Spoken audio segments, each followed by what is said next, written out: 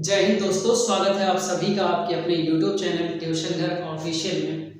आज हम लोग सिंटैक्स के तीसरे पार्ट को कवर करने चल रहे हैं। इससे पहले मैंने आपको काफ़ी रूल्स बताए जो आपको उम्मीद करता हूँ समझ में भी अच्छे से आया होगा।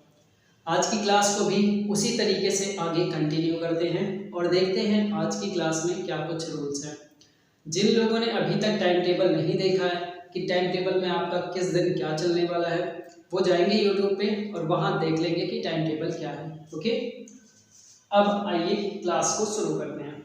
आज की क्लास है सिंटैक्स पार्ट 3। ठीक है, आज की क्लास है सिंटैक्स पार्ट 3। सिंटैक्स 3 मतलब आज है सिंटैक्स की तीसरी क्लास। ठीक है, आज है सिंटैक्स की तीसरी क्लास। Very good. चलो रूल्स देखते आ रहे हैं, इसमें भी रूल्स को ही देखना है। कॉन्सेप्ट आपको समझ में आ गया कि कॉन्सेप्ट क्या कहता है, उसी के अकॉर्डिंग आपकी क्लासेस चल रही हैं। देखना ध्यान से इस वाले रूल में। अब हम लोग जो पढ़ने वाले हैं, देखना जो भी रूल नंबर होगा वो रूल का नंबर आगे लिख लेना। ध्यान नहीं रहता है कि रूल नंबर कौन सा चल रहा है, तो पांचवा छठवां जो भी होगा वो आप लिख लेना। ठीक है, अब देखो इसमें क्या क्या है। इसमें कुछ वर्ड्स आएंगे जो कि कंजंक्शन के रूप में रहेंगे। विथ आएगा, टुगेदर विथ आएगा, along विथ आएगा, ठीक है, एज वेल एज आएगा, बिसाइड्स आएगा, एक्सेप्ट आएगा, और कोई वर्ड इसमें लाइक, डिसलाइक, उसको कोई दिक्कत नहीं है, यहाँ पे मैं लिख देता हूँ ऐसे लाइक डिसलाइक। ठीक है, ऐसे बहुत सारे वर्ड्स आएंगे। ठीक है, इन सारे वर्ड्स का क्या कहना है, इन सारे वर्ड्स से क्या रिलेटेड क्वेश्चन बनता है, उसको आप बहुत बेहतरीन तरीके से समझना। ठीक है, काफी सारे वर्ड्स लिखे हैं, लेकिन जो इसमें सबसे अधिक पूछा जाता है उसकी तरफ अगर मैं आपको ध्यान दिलाऊं तो ये जो चार शुरुआत का है यही सबसे अधिक पूछे जाते हैं। ठीक है, इसीलिए मैंने उनको पहले भी लिखा हुआ है। अब इसके पीछे लॉजिक क्या है, ये सब है कहीं ना कहीं कंजंक्शन। ठीक है, कंजंक्शन क्या बोलते हैं, कंजंक्शन, कंजंक्शन बोलते हैं, कंजंक्शन बोलते हैं, एक्चुअल प्रोनाउंसिएशन उसका बोलते हैं कंजंक्शन। ठीक है, तो इन सबको हम कंजंक्शंस बोलते हैं। इनके अकॉर्डिंग वर्ब लगेगा। पहले देखो इसका प्रोसेस क्या है। इस साइड में भी आपको कोई सब्जेक्ट देखने को मिलेगा, मतलब कि कोई ना कोई नाउन देखने को मिलेगा। ठीक है, इस साइड में भी देखोगे आपको कोई ना कोई सब्जेक्ट, यूं कहें कि कोई ना कोई नाउन मिलेगा। बात क्लियर। आप कहेंगे सर इनका कोई एक्चुअल मीनिंग है, तो दोस्त इनका कोई एक्चुअल मीनिंग तो नहीं है, लेकिन कुछ कुछ वर्ड्स की मीनिंग आप दे सकते हैं यहाँ पे। ठीक है, समझते हैं पहले रूल्स क्या लगेगा। जब बात होगी यहाँ पे वर्ब की, ठीक है, ले लेते हैं रेड वाला मार्कर, देखते हैं चलता है कि कितना ज़्यादा इंक इससे निकल रहा है। किसी को ज़्यादा इंक पिला दो तो वो आउट ऑफ कंट्रोल हो जाता है। देखो यहाँ पे जो वर्ब का सेक्शन रहेगा, ठीक है, वो वर्ब कैसा लगेगा वो किसके अकॉर्डिंग पता चलेगा। ठीक है, क्योंकि अब तो सब्जेक्ट आपको दो दो दिख रहे हैं, वो रेड वाला दिख रहा है कि नहीं, दिख ही रहा है। ठीक है, तो वर्ब कैसा लगेगा ये देखो। आप हमेशा ध्यान रखना जब यहाँ वर्ब लगाने की बात होगी तो ये पहले वाले के अकॉर्डिंग जाएगा। किसके अकॉर्डिंग जाएगा, पहले वाले के अकॉर्डिंग। ठीक है, इसके लिए मैं नोट यहाँ लिख देता हूँ। ठीक है, एक नोट यहाँ लिखा जा रहा है, उस नोट को देखो। ठीक है, इन शब्दों के पहले, इन कौन, इन शब्दों के पहले, ठीक है, इनके पहले, ठीक है, इनके पहले जैसा सब्जेक्ट रहेगा, ठीक है, जैसा सब्जेक्ट रहेगा, जैसा सब्जेक्ट रहेगा वैसा वर्ब लगेगा, वैसा वर्ब लगेगा। ठीक है, मतलब यहाँ क्या लिखा हुआ है इसी के अकॉर्डिंग यहाँ हम वर्ब लगाएंगे। बात क्लियर हो गई होगी। आई थिंक आपको रूल्स क्लियर हो गया होगा जो मैं कहना चाह रहा हूँ। ठीक है, पहले की बात करें, इस पहले को आप 2-3 बार अंडरलाइन कर लो। एग्जाम्पल देखो ताकि एग्जाम्पल से क्लियर हो। यही पे लिखता हूँ, लिखा हुआ है, देखना लिखा ही as well as his friends, ठीक है, his friends are selected in UPSC, ठीक है, वह और साथ ही साथ उसका मित्र, ठीक है, उसके मित्र लोग, वह साथ ही साथ उसके मित्र लोग यूपीएससी में सेलेक्ट हुए हैं, ठीक है। लिखा हुआ है you along with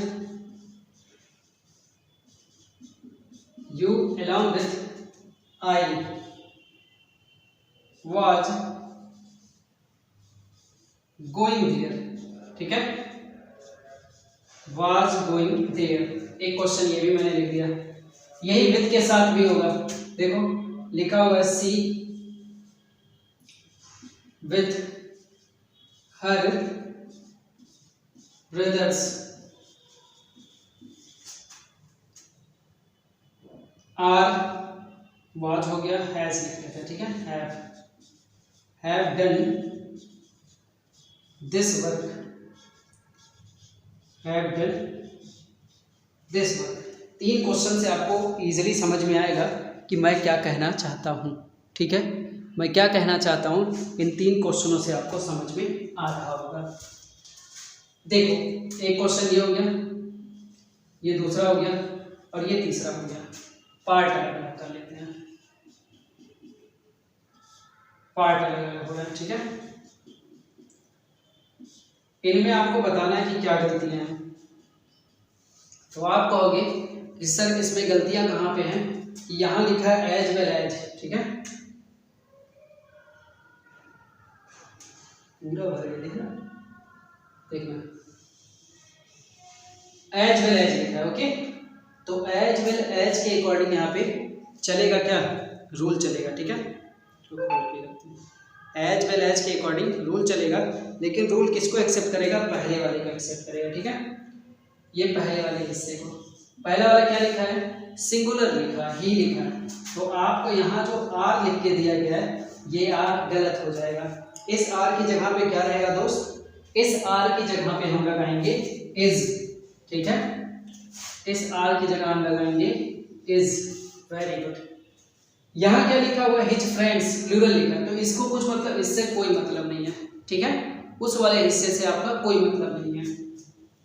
you along with I was going there, इस क्वेश्चन में क्या गलती है, आप कहेंगे कि ये देखिए along with लिखा है सेंटेंस में, इसके पहले क्या लिखा है, यू लिखा है, यू होता है प्लूरल, ठीक है, यू होता है प्लूरल, तो प्लूरल के अकॉर्डिंग यहाँ पे वर्ब लगा है, नहीं लगा है, तो ये अभी गलत है। इस वाज की जगह क्या करोगे, इस वाज की जगह आप यूज करेंगे वर का, ठीक है, इस वाज की जगह आप क्या लगाएंगे, वर का प्रयोग करेंगे, क्योंकि वहां पे सिंगुलर है और आपका सब्जेक्ट प्लूरल है, ओके। नेक्स्ट क्वेश्चन है see with her brothers have done this work, यहां विद लिखा है, विद के पहले कैसा सब्जेक्ट है, सिंगुलर सब्जेक्ट है, ठीक है। इस सब्जेक्ट के अकॉर्डिंग आप क्या करोगे, वर्ब का फॉर्म लगाओगे, वर्ब का फॉर्म क्या है, प्लूरल या सिंगुलर, तो आप कहेंगे कि ये अभी प्लूरल लिखा है, इसको सही करेंगे, तो सी के अकॉर्डिंग ये क्या होगा, ये बनेगा सिंगुलर, हैज, ये क्या बनेगा, हैज बनेगा, क्लियर है, ये क्या बनेगा, हैज बनेगा, ओके। ये तीनों क्वेश्चन आपको क्लियर हो गया। अब मैं इसका अंतर थोड़ा सा आपको बता दूं, क्योंकि पेपर में तो वही 4 आते हैं अधिकतर, इसको देख लेते हैं, एक सेकेंड ऐसे रहिएगा, just a second,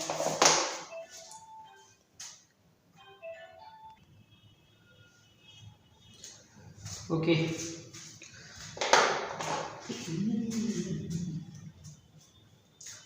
just a second, अब देखो इसके अंतर को समझते हैं, ठीक है, ये अंतर लिखा है यहाँ पे, दोनों के अंतर को समझना। बिसाइड्स का मतलब होता है के अलावा, ठीक है, दोनों की ही मीनिंग मिलेगी आपको, के अलावा के अतिरिक्त, ठीक है, के अलावा के अतिरिक्त।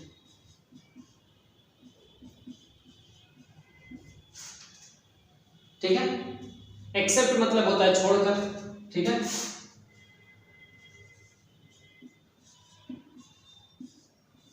ठीक है, एक्सेप्ट मतलब होता है छोड़कर, ठीक है, मीनिंग आपको क्लियर है। मैं यहाँ पे जो आपको बताना चाह रहा हूँ मेन पॉइंट क्या है, मेन पॉइंट है बिसाइड्स। इसको लेके आपको परेशानी होगी और इसको लेके आपका क्वेश्चन भी बनता है। तो जब क्वेश्चन बनता है तो एक समस्या बनती है कि ये क्वेश्चन किस टाइप से पूछेगा। क्यों समस्या बनती है उसको समझना, क्योंकि ये जो बिसाइड वाला वर्ड है, ठीक है, एक होता है बिसाइड और एक होता है बिसाइड्स, जो यहाँ लिखा हुआ है। इन दोनों के डिफरेंस पे अगर आएंगे कि बिसाइड और बिसाइड्स का क्या अंतर है, तो बिसाइड्स की मीनिंग तो आपको पता चलेगा के अलावा के अतिरिक्त, और ये जो बिसाइड लिखा है इसका मतलब क्या होता है, बगल में, ठीक है, यही होता है इसकी मीनिंग, बगल में। तो देखो कभी भी जब बैठने और खड़े रहने के सेंस की बात हो, ठीक है, बैठने या खड़े रहने की मतलब कि सिट या फिर स्टैंड की बात हो, ठीक है, सिट या फिर स्टैंड की बात हो, तो इन दोनों का किसके साथ हमेशा कॉम्बिनेशन बनेगा, बिसाइड का कॉम्बिनेशन बनेगा। के अलावा के अर्थ में बिसाइड्स को ले लेंगे। अब मैं इसके एग्जांपल कराता हूँ, वहीं से आपको ये डाउट खत्म भी होगा। मैंने एक एग्जांपल लिखा, ही इज, ठीक है, सिटिंग,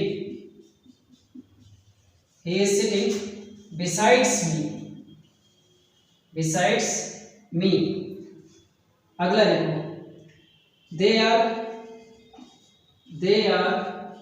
स्टैंडिंग, ठीक है, they are standing besides me या बिसाइड मी, ठीक है, बिसाइड मी। एक क्वेश्चन ये भी है, एक और एग्जांपल लिख सकते हैं, नीचे जगह है लिख सकते हैं, चलो। Beside me, beside me everybody is honest, ठीक है, एवरीबडी इज ऑनेस्ट। ये 3 क्वेश्चन बनाया मैंने, ठीक है, देखना, 1 हो गया, 2 हो गया, 3 हो गया, इसी बेस्ड पे है, बिसाइड के बेस्ड पे है। अगर इसमें गलती पूछा जाएगा तो आप सीधा सिंपल सा कहोगे, पहला क्वेश्चन देखो सिटिंग के सेंस में, ही इज सिटिंग बिसाइड्स मी, तो मेरे अलावा बैठ रहा है, नहीं।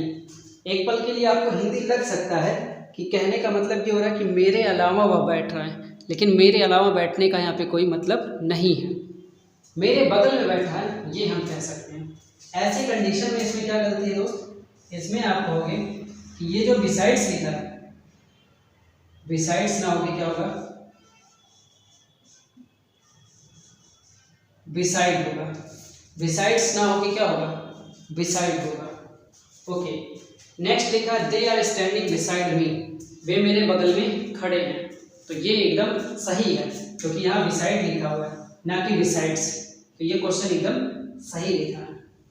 अगला लिखा है beside me everyone is honest या फिर एवरीबडी इज ऑनेस्ट, मेरे बगल में सारे लोग ईमानदार हैं, ये कोई लाइन नहीं होती, ये कोई स्टेटमेंट नहीं हुआ कहने के लिए, ठीक है, बल्कि आप ये कह रहे हैं कि मेरे अलावा मतलब मुझको छोड़कर या मेरे अलावा सारे के सारे लोग ईमानदार हैं, ठीक है, सारे के सारे लोग ईमानदार हैं। इट मीन्स क्या, इट मीन्स यहाँ जो बिसाइड लिखा है अभी गलत लिखा है, इस बिसाइड की जगह क्या होना चाहिए, इसी बिसाइड में एस लगना चाहिए, है ना, इसी बिसाइड में बिसाइड्स बनना चाहिए। समझ में आया,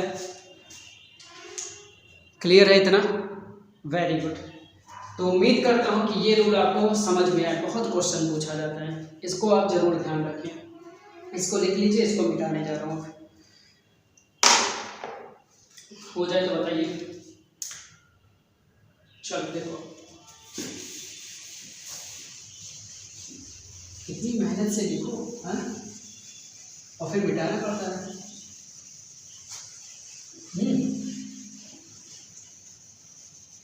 आराम से पढ़ते नहीं हैं, क्योंकि देखो समस्या यही बनेगी कि जब एग्ज़ाम होगा और तब अगर तैयारी में लगेंगे तब आपको पता है कि समस्या बढ़ जाएगी। और अगर अभी से कोई आपके साथ लगा हुआ है, कोई आपके साथ आपकी मदद करने में लगा हुआ है, तो उसको आप जरूर ज्वाइन करो। कई लोग हमसे कहते हैं कि फीस क्यों लेते हो।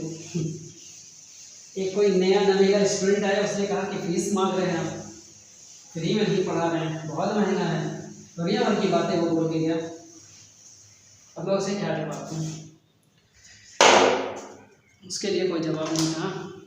टॉपिक पे आते हैं, उसके लिए कोई जवाब नहीं है अपने पास। देखना अगला क्वेश्चन हम लोग पढ़ेंगे जो हमारी टॉपिक रहेगी अगली।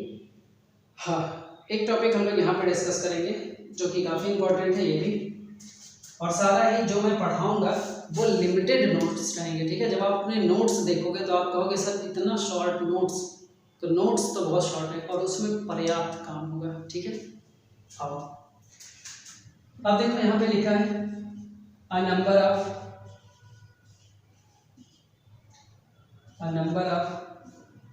अ ग्रेट नंबर ऑफ, सब मिला जुला के वही लिखा होगा, ठीक है। A great number of, a good number of, देख रहे हो, अ गुड नंबर ऑफ। इनके साथ पूछा जाता है कि रूल्स क्या चलेगा। तो देखो जब कभी संख्या की बात हो जाए, जब यहाँ पे नंबर्स की बात आएगी, ठीक है, नंबर्स नहीं, जब यहाँ नंबर की बात आएगी तो जो भी नंबर आप यहाँ लिखोगे हमेशा प्लूरल में लिखोगे, ठीक है। मतलब इसके बाद का जो रूल आप चलाओगे वो प्लूरल काउंटेबल नाउन रहेगा, और दोस्त प्लूरल काउंटेबल नाउन है तो वर्ब की फॉर्म भी क्या रहेगी, प्लूरल रहेगी। अगर प्लूरल काउंटेबल नाउन है तो वर्ब की फॉर्म भी क्या होगी, प्लूरल होगी।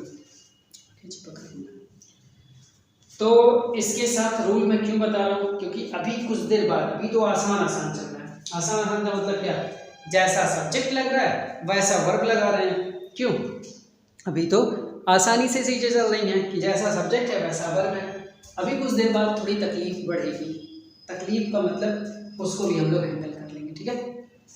और एग्जाम्पल जैसे लिखा हुआ अ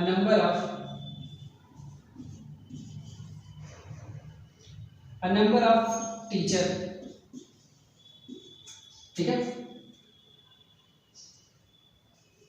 ज्वाइन, ठीक है, और भी अच्छा बना लेते हैं, number of teacher has come in the class, ठीक है, कम इन दिस स्कूल, ये भी बोल सकते हैं, इन दिस स्कूल बोल सकते हैं, सुटेबल एग्जाम्पल है। और बना लें a great number of writers, ठीक है, a great number of writer, ठीक है, a great number of writers was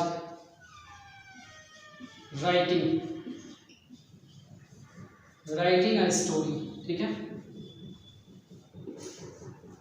बहुत सारे लेखक मिलकर एक कहानी लिख रहे थे, ठीक है। और एक क्वेश्चन इसलिए बना लेते हैं, लिखा हुआ है अ गुड नंबर ऑफ, या चलो ए नंबर ऑफ कर लेते हैं, यहाँ पे देखना ध्यान से, a number of money have spent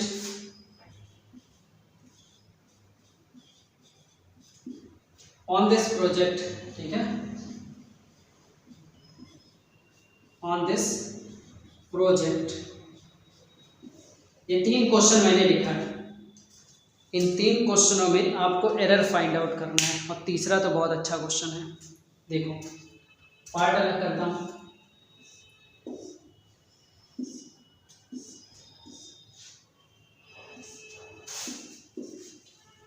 गलतियां फाइंड आउट करेंगे तो आपको पता चलेगा कि ए नंबर ऑफ के बाद सब कुछ क्या चलता है, सब कुछ प्लूरल चलता है। तो यहाँ पे देखोगे तो 2-2 गलतियां हैं। क्या सर कभी 2-2 गलतियां एक पेपर में आएगी? नहीं आएगी। कभी आ गया तो क्वेश्चन गलत है। एक साथ 2-2 गलतियां नहीं बनती हैं पेपर में, लेकिन मैंने जो अभी पार्ट अलग किया उसके अकॉर्डिंग तो 2-2 गलतियां दिख रही हैं। तो दोनों को सही कर लो आप, ठीक है। दोनों को सही करने के लिए क्या करना रहेगा, यहाँ देखो टीचर लिखा और यहाँ हैज लिखा है, तो सही है ये नहीं सही है, क्योंकि ए नंबर ऑफ हो या गुड नंबर ऑफ हो, ग्रेट नंबर ऑफ हो, उसके बाद प्लूरल काउंटेबल नाउन और वर्ब की फॉर्म प्लूरल। ठीक है, टीचर का क्या करोगे? टीचर्स, टीचर का क्या होगा? टीचर्स बनेगा। हैज का क्या करोगे? हैव बनाओगे। ठीक है, टीचर का क्या होगा? टीचर्स होगा, और हैज का क्या करेंगे? हैव कर देंगे, क्योंकि दोनों प्लूरल बनाना है। अगला लिखा great number of writers was writing a story. ठीक है, देखना a great number of writers, तो ये तो सही लिखा है, यहाँ पे तो प्लूरल काउंटेबल नाउन लिखा है, इसमें तो कोई दिक्कत नहीं है, तो फिर किस में दिक्कत है?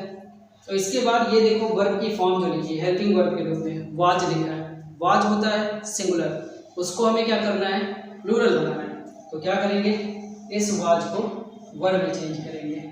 आपके मन में फिर एक बात आ रही होगी कि सर बार बार क्यों सब्जेक्ट और वर्ब में गलती पूछ रहा है? तो फिर मैं आपसे कहूँगा दोस्त भाई जो भी हो, ठीक है, इसमें ऐसा रीज़न इसलिए बन रहा है क्योंकि ये टॉपिक ही यही है, syntax subject verb agreement. Subject के साथ वर्ब का क्या कॉम्बिनेशन है, यही हम इस टॉपिक में पढ़ते हैं। तो इस टॉपिक में यही तो होगा, सब्जेक्ट में गलती हो सकती है या फिर वर्ब में गलती हो सकती है। कई बार ऐसा भी देखा गया है कि स्ट्रक्चर में भी प्रॉब्लम होता है। तो सारी चीज़ें मिला जुला के आपको यही सीखना है कि सब्जेक्ट और वर्ब। ठीक है, और ऐसे तीसरा क्वेश्चन एकदम हटके, ये एकदम हटके लिखा क्या होगा? A number of money have spent on this project. ठीक है, बहुत सारा पैसा इस प्रोजेक्ट पे खर्चा हो चुका है। तो इस क्वेश्चन में क्या गलती है? आपके मन में आएगा कि सर देखो यहाँ प्लूरल काउंटेबल प्लूरल वर्ब लिखा है, सही है क्योंकि ये नंबर ऑफ की बात हो रही है, बिल्कुल सही बात है। तो क्या कर लेते हैं कि मनी का प्लूरल बना लेते हैं। क्यों? मनी का प्लूरल बना लेते हैं, सेंटेंस हो जाएगा सही, है कि नहीं? मनी का अगर हम प्लूरल बना लेंगे तो सेंटेंस सही हो जाएगा, लेकिन ऐसा नहीं है। जब आप ग्रामर के नज़रिए से इसको देखोगे मनी को, तो बोला जाता है ग्रामर की दृष्टि से इसको कि मनी एक अनकाउंटेबल नाउन है। ठीक है, मनी एक अनकाउंटेबल नाउन है। तो जब कोई अनकाउंटेबल होगा तो उसका प्लूरल नहीं बनेगा। जब कोई अनकाउंटेबल होगा तो उसका प्लूरल नहीं बनेगा। इस कंडीशन में हमें क्या करना है? मनी को देख के पहले तो हम इस वर्ब को सही करेंगे, क्योंकि अनकाउंटेबल नाउन जो होता है उसके साथ वर्ब की हमेशा सिंगुलर फॉर्म का प्रयोग होता है। ठीक है, अनकाउंटेबल नाउन के साथ हमेशा वर्ब की सिंगुलर फॉर्म का प्रयोग होता है। आगे अभी चर्चा होगी बहुत सारी चीजें। तो पहले तो यहाँ पे हैज लिखना पड़ेगा, एक गलती। दूसरा क्या गलती है भाई? जब वो अनकाउंटेबल, आपने कहा कि ये क्या है? अनकाउंटेबल है। ठीक है, आपने कहा कि जब ये अनकाउंटेबल है तो फिर ये बताओ दोस्त, जब ये अनकाउंटेबल है तो नंबर कैसे आ सकता है? संख्या कैसे आप उसे बोल सकते हो, है ना? तो उसको हम संख्या कैसे बोलेंगे? इसका मतलब जो अभी कुछ देर पहले मैंने बोला कि कभी कभी स्ट्रक्चरल प्रॉब्लम भी दे देता है। तो ये स्ट्रक्चरल प्रॉब्लम क्या है? इस नंबर की जगह हमें क्या यूज करना पड़ेगा? पूरे ही वर्ड्स को सही करेंगे। और कैसे बनेगा? एन अमाउंट ऑफ, ये लाइन का आप यहाँ पे यूज करोगे। ठीक है, इस लाइन का आप यहाँ पे यूज करोगे, एन अमाउंट ऑफ। बात क्लियर है? ओके, तो यहाँ पे एन अमाउंट ऑफ हो जाएगा। इस क्वेश्चन का इससे इसका कोई लेना देना नहीं था, ये बस मैंने आपको दिया है क्योंकि पेपर में एक बार ये क्वेश्चन पूछा गया था। तो स्ट्रक्चरल प्रॉब्लम था, यहाँ पे ये लाइन गलत हो जाएगी, एन अमाउंट ऑफ का यूज करना पड़ेगा। ठीक है, ओके, इसको लिखो फिर इसके आगे देखते हैं। ध्यान देना, ए लग रहा है क्योंकि एक एक्सेप्शनल जब आएगा तब मजा आएगा। यहाँ पे इसको लिख लो फिर आगे देखते हैं। बता दूँ? ओके, मिटाने की दृष्टि तो ऐसी है। एक ऑफलाइन कोचिंग में मैं पढ़ाने गया ना, उस ऑफलाइन की कोचिंग में क्या था कि बहुत सारे बच्चे बैठे थे, लगभग 75-80 लगभग। मैं पीछे वालों से पूछता था, थोड़ी आवाज़ नहीं जा रही थी, माइक वगैरह लगा नहीं था। मैंने पूछा कि आवाज़ मिटा दें, तो पीछे से एक बच्चा क्या जवाब दे रहा है, बड़ा ही फनी सा जवाब उसने दिया। उसने कहा सर मिटा तो पहले ही दिया आपने। समझ रहे हैं? मिटा तो पहले ही दिया आपने। मतलब समझो कि वो इतना दुखी हो गया था कि कोई भी शिक्षक पढ़ाने आता था, कोई भी टीचर पढ़ाने आता था, अगर पूछता था कि मिटा दे तो वो यही कहता था मिटा तो आप पहले ही दिए हैं।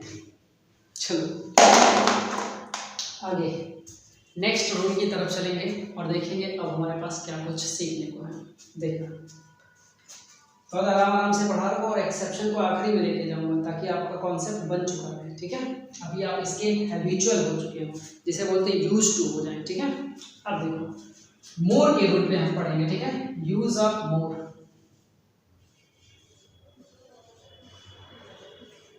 मोर के आपको 2 से 3 या हो सकता देखो 2-3 स्ट्रक्चर मिलेंगे, जिसमें जो आखिरी वाला स्ट्रक्चर रहेगा वो काफी इंपॉर्टेंट रहेगा। तो देखना मैं अभी स्ट्रक्चर बनाता हूँ।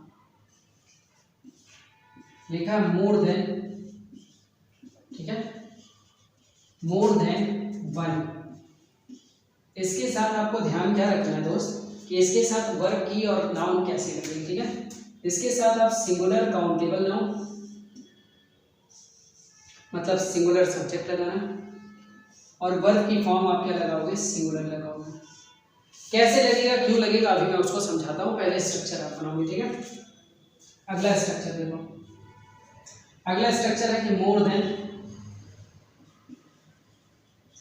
मोर देन यहाँ पे 2 लिखा है। जानते हो जब टाइम का फाउंडेशन नहीं रहता तो और भी मजा रहता है।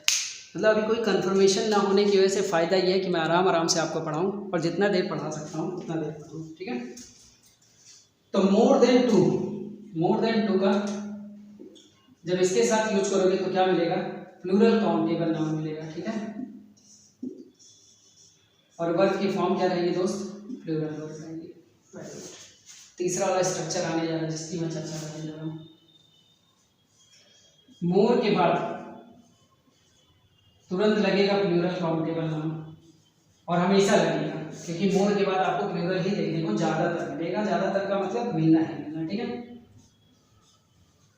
देन यहाँ जो वर्ड लिखने जा रहा हूँ यहाँ मैं 1 लिख रहा हूँ क्योंकि यही 1 आपको कंफ्यूजन क्रिएट करेगा। लेकिन जरूरी नहीं है कि वहाँ पे 1 लिखा रहे, वहाँ 2 भी लिखा हो सकता है, वहाँ 3 भी लिखा हो सकता है, यहाँ 4 भी लिखा हो सकता है। लेकिन एग्जामिनर क्या होगा, आपको अधिकतर 1 लिख के देगा। ठीक है, इसके बाद का रूल क्या है दोस्त, इसके बाद का रूल ये है कि सीधा लगेगा प्लूरल वर्ब। क्या लगेगा, सीधा लगेगा प्लूरल वर्ब। ये रेड रंग वाला लिख रहा है, बार बार दिख रहा है। ओके, ये 3 स्ट्रक्चर हैं तो तीनों ही इंपॉर्टेंट है। तीनों में सबसे अधिक क्वेश्चन जो पूछे गए वो इससे पूछे गए। पूछे तो सबसे जाएंगे, लेकिन ये वाला कंफ्यूजन क्रिएट करना है। अब याद कैसे करेगा, ठीक है, याद करने का तरीका ये है कि 1 मतलब कितना होता है सर, 1 मतलब 1 होता है। अब बताओ कोई चीज़ 1 रहेगा तो वर्ब और काउंटेबल नाउन कैसा रहेगा, सबको सिंगुलर चलेगा। सिंपल सी बात है ना, ये भी सिंगुलर चलेगा और ये भी सिंगुलर चलेगा। यस सर, ये याद हो गया। सर अगर इसी की जगह 2 हो गया तो लिखा, क्या 2 ही फिक्स है, 2 3 4 5 कुछ भी लिखो, 1 से ज़्यादा लिखो। लेकिन ठीक है, अब ये बताओ जब 1 से ज़्यादा है तो यहाँ पे क्या लगेगा, प्लूरल काउंटेबल नाउन लगेगा। सर सिंपल सी बात है, जब कोई एक चीज़ है तो सिंगुलर और 1 से अधिक है तो क्या लगेगा, 1 से अधिक रहेगा तो प्लूरल लगेगा। बहुत सिंपल सा जवाब है, बच्चा भी इस चीज़ का जवाब दे देगा, है ना। तो यहाँ प्लूरल लग रहा है सर, बिल्कुल सही, यहाँ प्लूरल बिल्कुल सही है।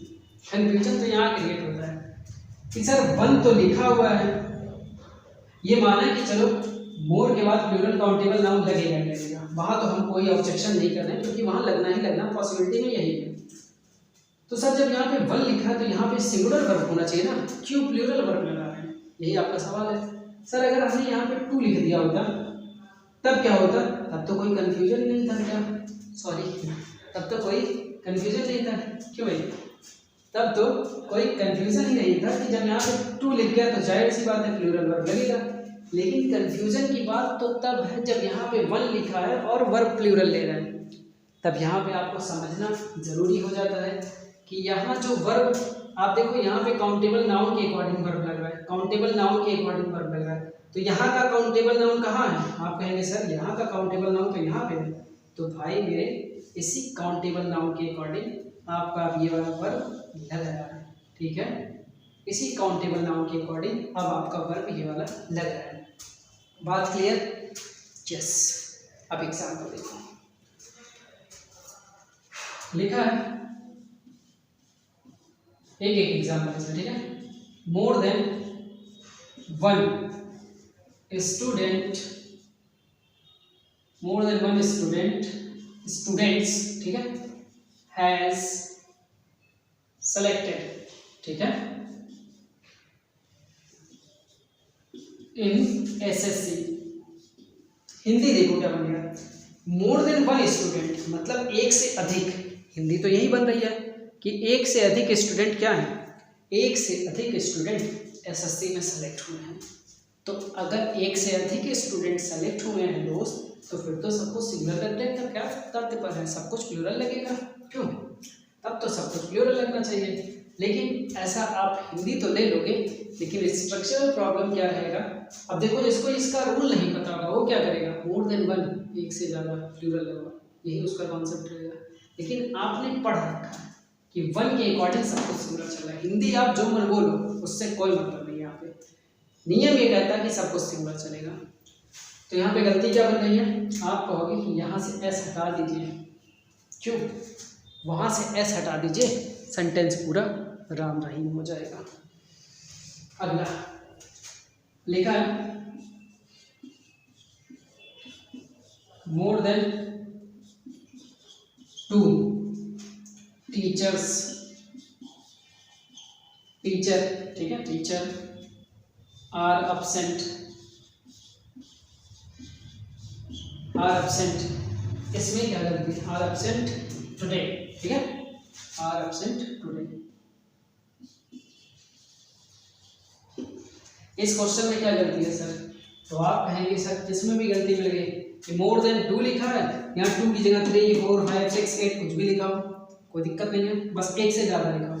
तो इसके बाद हमें plural countable noun plural verb चाहिए, तो प्लूरल वर्ब तो लगा हुआ है, लेकिन क्या काउंटेबल नाउन प्लूरल है, नहीं है सर, तो एस लगाओ ना दोस्त, एस लगाते ही टीचर का क्या हो जाएगा, टीचर्स हो जाएगा, ठीक है, टीचर का क्या हो जाएगा, टीचर्स हो जाएगा। लास्ट क्वेश्चन के लिए एग्जांपल देखो, more boys than one was learning English grammar, ठीक है,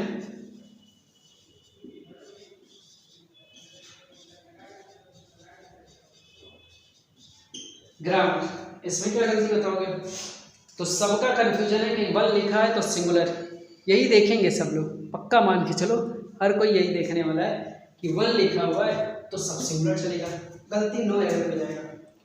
लेकिन आपने पढ़ा है ट्यूशन घर ऑफिशियल वाले सर से, आप कहेंगे ना यहाँ पे तो गलती है, गलती क्यों है, क्योंकि ये जो नाउन लिखा है ये नाउन हमारा प्लूरल काउंटेबल नाउन है, और इसी के अकॉर्डिंग हमारा जो वर्ब लगेगा वो भी प्लूरल रहेगा। इस वाच की जगह क्या होगा दोस्त, इस वाच की जगह होगा वर, इस वाच की जगह क्या होगा, वर का प्रयोग होगा। समझ में आया अच्छे से, ओके, इसको नोट करिए, फिर आगे कुछ देखते हैं। समझ में आ गया ना, समझ में आ जाना चाहिए, बहुत मेहनत से पढ़ा रहा हूँ और आपने बहुत मेहनत से पैसा जमा किया है, घर का जो पैसा जमा किया है उसको बर्बाद नहीं करना, ठीक है, मिटा दे इसको, आ गया काम भी कर दिया।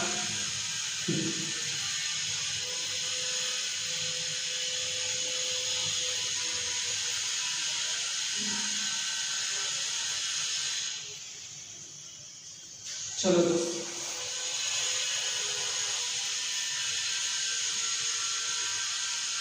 अब आपके मन में एक कॉन्सेप्ट इसको सिखा दिया जाए कि आखिर ये जो मोर का प्रयोग हुआ था ये क्या था, ठीक है।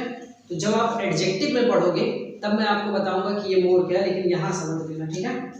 एडजेक्टिव में एक टॉपिक आती है डिग्री की, अभी कुछ परेशान मत होना कि ये क्या बोला है, जब एडजेक्टिव चलेगा तब इस बला को झेलेंगे। अभी सुन लो, एक होता है पॉजिटिव डिग्री, एक होता है कंपैरेटिव डिग्री और एक होता है सुपरलेटिव डिग्री, ठीक है। तो मैनी और मच, जो आपका मोर बना हुआ था ना, कैसे बना था उसकी बात कर रहा हूँ। मैनी और मच की कंपैरेटिव डिग्री होती है मोर, मैनी और मच की कंपैरेटिव डिग्री होती है मोर, और सुपरलेटिव होता है दोस्त मोस्ट। तो अगर कोई पूछे कि वो जो मोर लिखा है वो किसका है, तो आप कहोगे कि कंपैरेटिव डिग्री है सर। किसकी कंपैरेटिव डिग्री है? मच और मैनी का। तो ये हम क्या बोलेंगे, इसके साथ जो पेयर बनता है वो बनता है THAN देन। देखो उसमें मोर देन करके लिखा जा रहा था ना, ये बात आप क्लियर रखना, बस इतना ही बताना चाह रहा था, ठीक है। ओके, आज की क्लास को यहीं पे स्टॉप करेंगे। आपको शेड्यूल पता है कि लगभग आपका मंडे से लेके थर्सडे तक आपको चीज़ें मिल रही हैं क्लासेस वाइज। फ्राइडे को आपका डाउट सेशन रहेगा, ठीक है। डाउट सेशन का मतलब रहेगा कि वो क्लास लाइव रहेगी, आपकी एक टाइमिंग फिक्स कर दी जाएगी और आपसे पूछा जाएगा कि इस टाइम में आपका लाइव क्लास है, आप लोग आ जाइए, आप पूछिए अपना डाउट, ठीक है। सबके डाउट्स वहाँ पे सॉल्व किए जाएंगे। तो जो 4 दिन आप पढ़ेंगे उसी के डाउट के बारे में चर्चा करना। चौथे के बाद सीधे 14वें नंबर की क्लास में चर्चा नहीं होनी चाहिए। सैटरडे को आपको पेपर मिलेगा, पेपर कैसा मिलेगा, इसी से रिलेटेड पेपर मिलेगा, क्वेश्चन वहाँ मिलेगा, वो आप ऑनलाइन टेस्ट करना, ठीक है। 10 क्वेश्चन, 15 क्वेश्चन, 20 क्वेश्चन, जितना भी है कोई दिक्कत नहीं, ठीक है। आज की क्लास में इतना ही। टेक केयर, जय हिंद।